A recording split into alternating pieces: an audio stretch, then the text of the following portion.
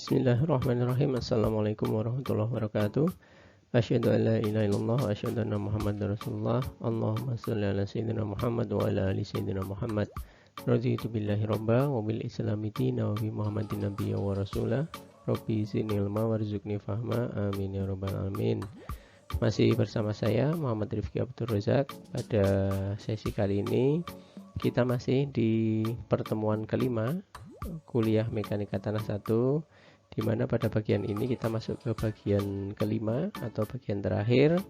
Nah, nanti insya Allah di bagian ini akan saya tambahkan kasus atau penerapan teori Bushinsky untuk menghitung tambahan tegangan akibat beban luar, ya, khususnya beban merata persegi seperti itu. Nah, silahkan menyimak. Ini adalah kasus tambahan, jadi sebetulnya serupa dengan kasus sebelumnya, namun saya coba di sesi kali ini kasusnya atau penerapannya dilengkapi dengan angka dan juga nanti contoh bagaimana mencari nilai I, faktor kapasitas tambahan tegangan dari grafik yang sudah diberikan atau sudah disediakan oleh teori Bushinsky seperti itu. Baik, silahkan menyimak paparan yang akan saya sampaikan berikut ini. Oke, jadi nanti kalau misalkan ada kasus seperti ini, ya, bangunan utama atau bangunannya hanya di G, B, H, I. Nah, sedangkan yang ditanya adalah tambahan tegangan pada kedalaman 5 meter di bawah titik Y, ya. Ya kan sama, berarti seolah-olah di sini ada luasan bangunan maya. Ada luasan bangunan maya 1, 2, 3, ya. Jadi sudah tinggal di identifikasi saja, ya. Dengan grafik yang sama. Kalau dengan grafik saya tadi, grafiknya terserah mau menggunakan seperti apa, ya. Jadi di sini ada bangunan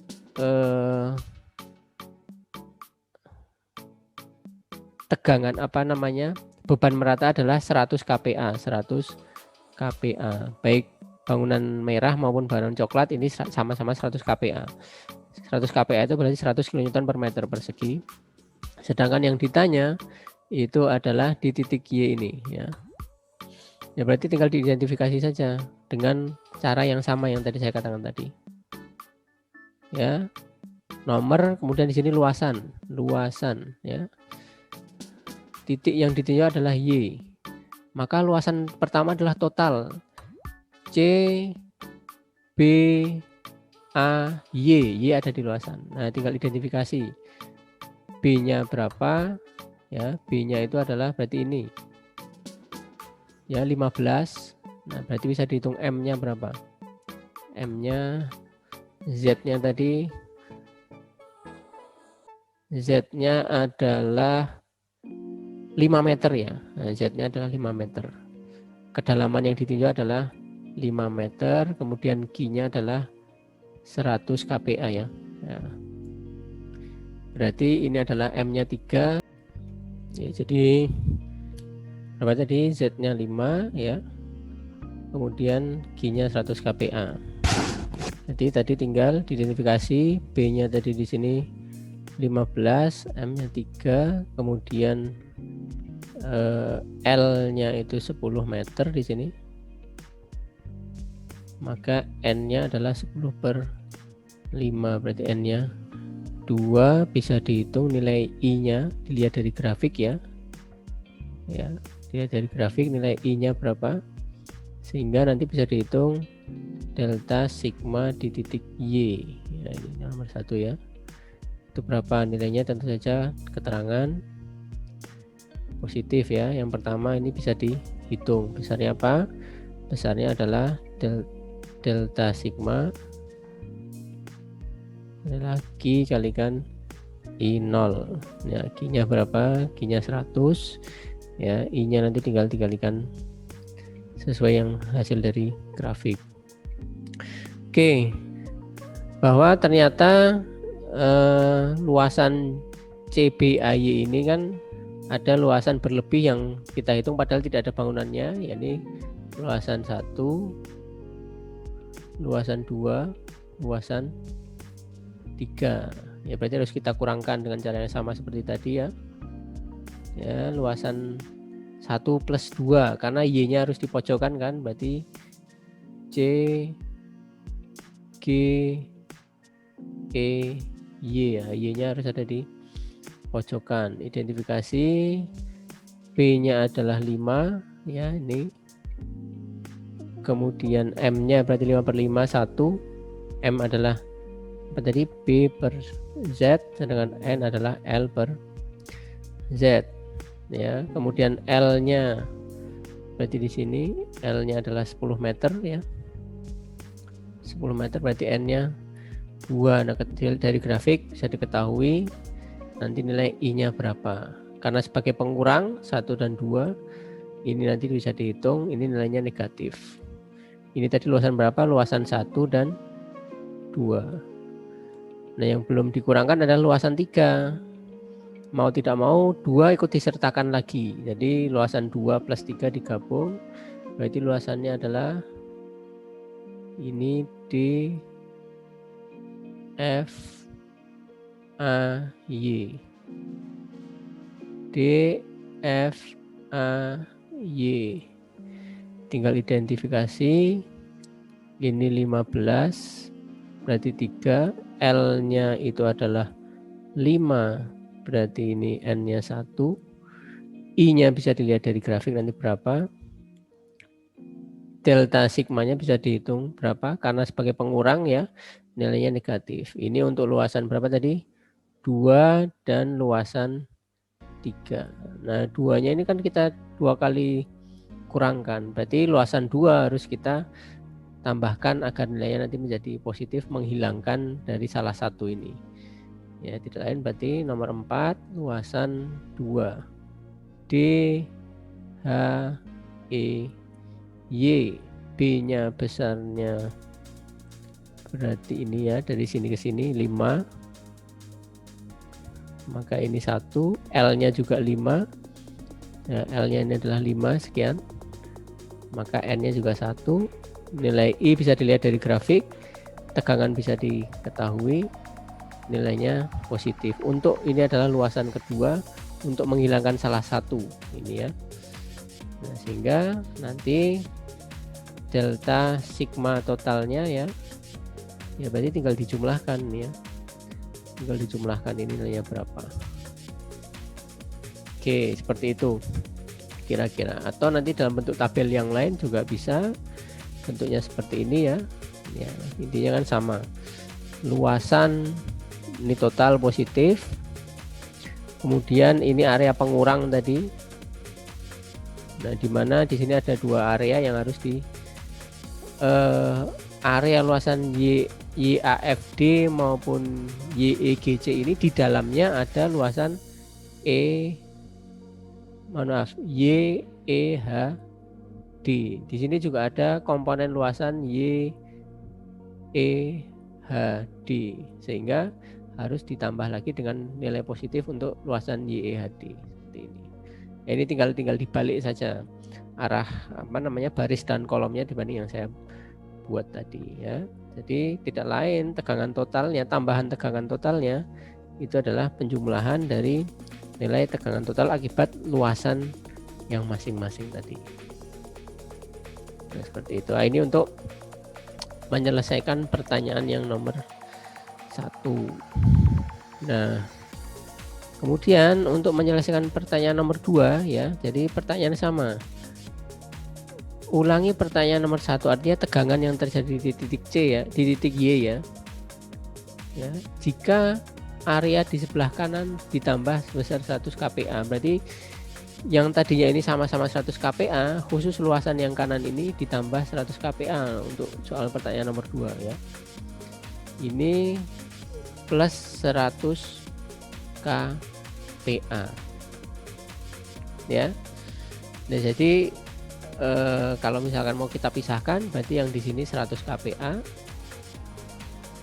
yang di sini menjadi 200 kPa. Nah, dalam mengerjakannya sebetulnya tinggal kita menambahkan saja bisa. Atau diulang dari awal, ya, diulang dari awal tapi luasan bangunannya berarti harus kita identifikasi 2 kali. Yang pertama akibat bangunan 1 kita hitung sendiri ya. Ya, kita hitung sendiri ya, dari luasan ini kita hitung sendiri berapa. Kemudian akibat bangunan 2 luasannya harus kita hitung sendiri. Yang pertama berdasarkan bangunan dengan berat beban merata 100 kPa ya. Yang kedua akibat beban 200 kPa, tinggal dijumlahkan. Ya, itu diulangi dari awal saja, diulangi dari awal lagi. Seperti itu. Nah, nanti coba dicatat, bisa dicatat hasilnya seperti apa. Nah, atau metode kedua ya, yang pertama tadi kita sudah hitung ya. Ini ya, sudah hitung. Hasilnya berapa tadi? Hasilnya biasa 0,3 kPa. Jadi tambahan tegangannya adalah 0,3 kPa. Ini adalah akibat dari pembebanan bangunan. Ini kan tambahan di titik Y. Jika merata di sini 100 kPa, di sini 100 kPa. Nah, pertanyaan nomor 2 tadi ditambah di sini plus 100 kPa, plus 100 kPa. Nah, metode yang pertama tadi saya katakan diulangi dari awal lagi ya. Jadi kita butuh 2 kali tabel ini ya.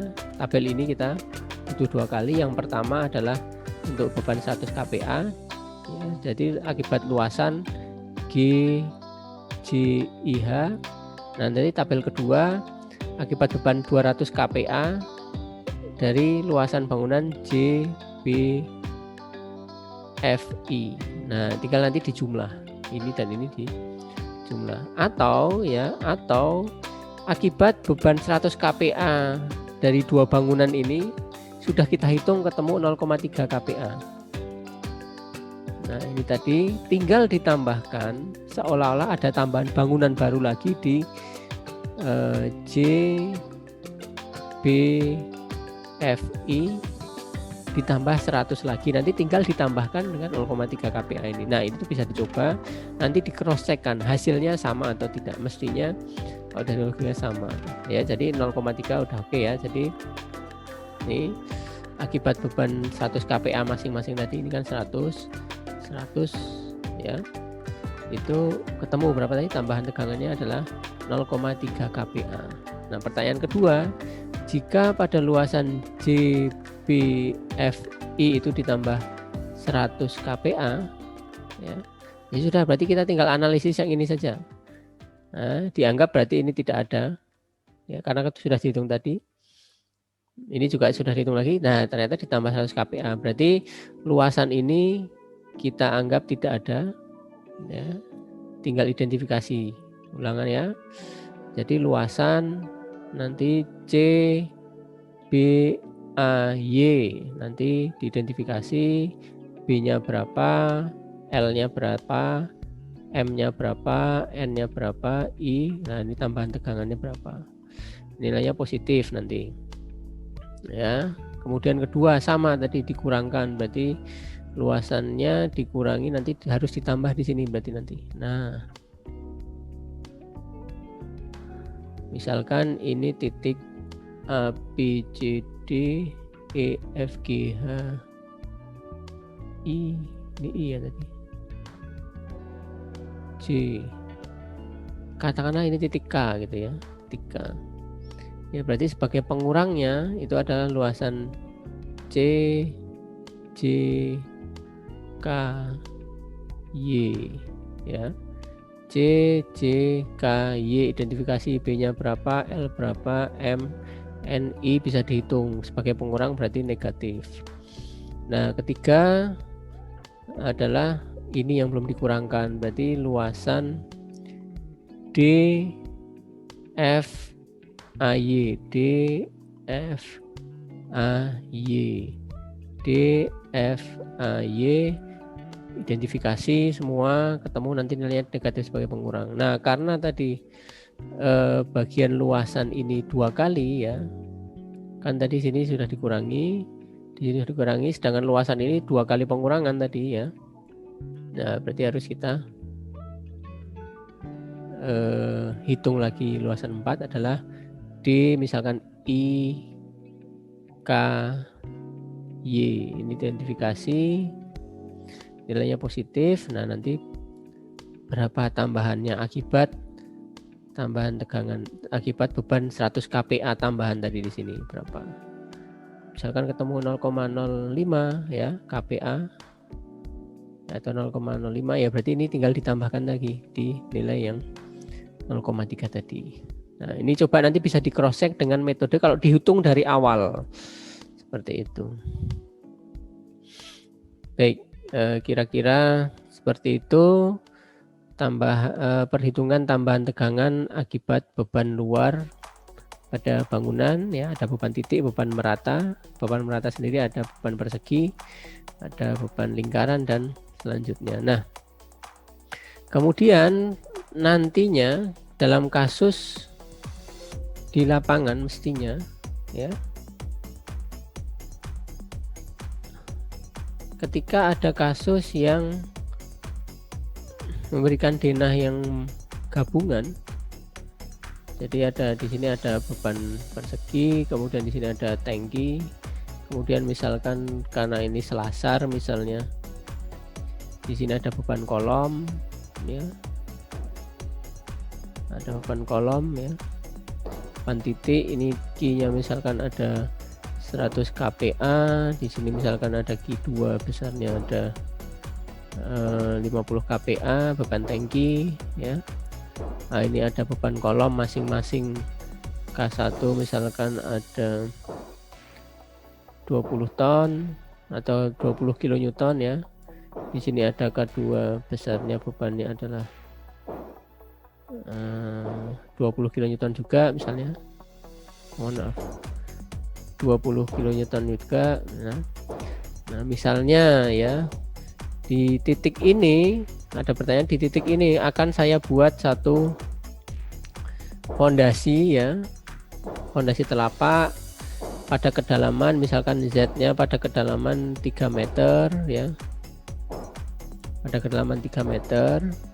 Nah, sebelum kita merancang fondasi ini, kita harus bisa menghitung pengaruh beban-beban ini di titik ini dengan cara apa ya, menjumlahkan. Nah, akibat di titik A ini misalnya, di titik A ini akibat beban bangunan satu ini tambahan tegangannya berapa, akibat beban sini itu berapa, akibat di sini berapa, berarti dihitung sendiri-sendiri, dihitung satu-satu. Akibat ini dijumlah pakai tabel yang tadi sekali. Oh, tambahan tegangannya adalah misalkan 0,5 kPa. Kemudian ini disimpan, oke. Akibat kolom ini dihitung berapa, ternyata ketemunya misalkan 0,1 kPa. Akibat kolom ini ketemunya berapa, misalkan 0,05 kPa. Akibat beban tangki lingkaran ini misalkan ternyata yang paling dekat menyebabkan tambahan 1 kPa ya. Berarti tambahan tegangan yang terjadi di titik ini akibat bangunan sebelumnya ya, penjumlahan tadi 0,5 tambah 0,1 0,6 berarti 1,6 tambah 1,65. Oh, berarti sudah ada tambahan tegangan sebesar 1,65 kPa ya. Nah, ini digunakan untuk apa? Artinya begini, pada titik A ini, jadi kalau saya lihat dari pada titik A ya, di kedalaman 3 meter sudah ada tambahan tegangan sebesar 1,65 akibat bangunan sebelumnya. Tentu saja ada tambahan tegangan, ada tegangan juga akibat berat sendi tanah, misalkan 18 kPa akibat berat sendi tanah ya, 180 kPa atau 18 kPa. Oh, berarti di sini sudah ada tegangan sebesar misalnya 19,65 kPa ya, sudah ada sekian gitu ya. Nah, di titik tersebut pada kedalaman 3 meter akan dibangun fondasi ya, di mana fondasi ini nanti kan akan menerima beban P. Nah, beban P ini akan didistribusikan dalam satu luasan fondasi, sehingga tegangan yang terjadi akibat fondasi ini, ya, tegangan yang terjadi akibat fondasi ini, bangunan ini harus lebih kecil dari apa? Tegangan izin tanah. Nah, sedangkan tegangan izin misalkan sudah diketahui Ki izin tanah berapa, misalkan 150 kPa, ya, 150 kPa. Maka kita harus merancang fondasi di mana nanti tegangan yang terjadi akibat beban sendiri plus akibat bangunan sebelumnya ini, ya, tidak boleh melebihi 150 kPa, misalnya seperti itu. Ya, sehingga gunanya kita mengetahui tambahan tegangan akibat beban-beban bangunan sebelumnya yang sudah existing. Itu jika di titik tersebut kita akan install atau akan kita bangun bangunan yang mengakibatkan tambahan tegangan lagi, seperti itu. Nah, sehingga tadi yang kita hitung parsial akibat beban titik, akibat beban persegi, akibat beban lingkaran, kita bisa tumpang tindihkan. Oh, ternyata tinggal menjumlahkan saja semua. Itu secara matematis seperti itu. Baik, jadi kira-kira seperti itu materi pertemuan kali ini. Mudah-mudahan nanti bisa dipelajari dari sumber yang lain juga untuk bisa menambah wawasannya. Terima kasih. Bahan kuliah saya ambilkan dari buku Mekanika Tanah 1 dari materi Dr. Lutfi Hasan dan dari handout Dr. Edi Purwanto. Terima kasih. Assalamualaikum warahmatullahi wabarakatuh. Ya, demikian bagian terakhir dari kuliah kelima mata kuliah Mekanika Tanah 1. Mudah-mudahan apa yang saya sampaikan, yang saya jelaskan bisa menambah pemahaman kita dalam menghitung tambahan tegangan akibat beban luar. Jadi dari bagian 1 sampai ke bagian 5 sudah saya jelaskan teori penambahan beban dengan pola 2:1, kemudian berdasarkan teori Business, ya, mudah-mudahan bisa menjadi pembuka untuk mempelajari teori penambahan beban akibat beban luar, ya.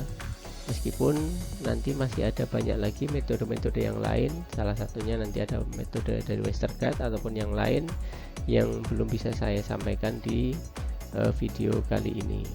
Mudah-mudahan di lain kesempatan saya bisa membuat lagi penjelasan terkait dengan materi yang relevan, ataupun nanti contoh-contoh kasus yang lebih spesifik atau lebih detail yang belum bisa saya sampaikan di sesi kali ini. Mudah-mudahan ilmu yang kita pelajari nanti bermanfaat. Dari saya kurang lebihnya saya mohon maaf. Subhanakallahumma wa bihamdika asyhadu an la ilaha illa anta astaghfiruka wa atubu ilaik. Walhamdulillahirabbil alamin. Wassalamualaikum warahmatullahi wabarakatuh.